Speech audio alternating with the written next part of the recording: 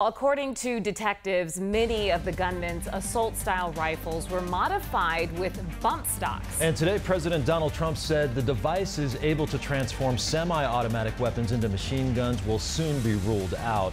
Team 12's Bram Resnick live in the Alert Center tonight, verifying whether bump stocks have been banned anywhere in the country since the Las Vegas massacre. Now, few of us had heard of bump stocks before Las Vegas. In the aftermath, there were calls all over the country, including here in Arizona, to ban them. 1 year later, the results are mixed.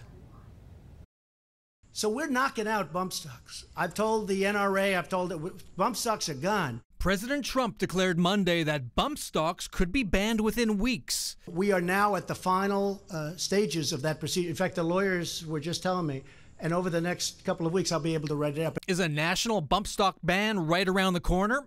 We'll verify that in a minute. But first, what are bump stocks? You're burning through a bunch of ammunition. It's inaccurate.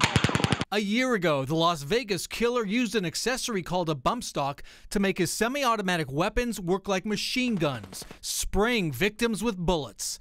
Machine guns must be registered with the feds. But bump stocks and semi-automatic weapons don't have to be registered. We verified that since the Las Vegas slaughter, bump stocks have been banned by 11 states, 7 controlled by Democrats, 4 by Republicans. Arizona isn't one of those states. Governor Doug Ducey doesn't support a ban. Phoenix and Tucson wanted to ban bump stocks in their cities, but state law blocked them. Which brings us back to the president. And over the next couple of weeks, I'll be able to write it up. But you can't just write it up. Trump is referring to a new rule drafted by the Bureau of Alcohol, Tobacco, and Firearms that would ban bump stocks. The rule would take effect after a review period. We verified the review period is longer than a couple of weeks.